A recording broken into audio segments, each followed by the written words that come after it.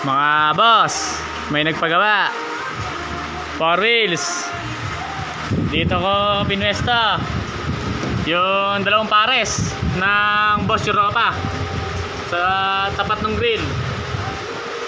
Ako na rin gumawa ng bracket. Eto, tetestingin ka. Pinalagyan din ni boss ng selector switch.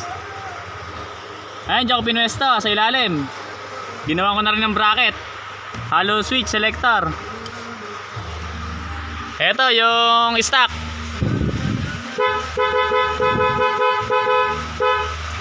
Eto yung selector Boss Europa.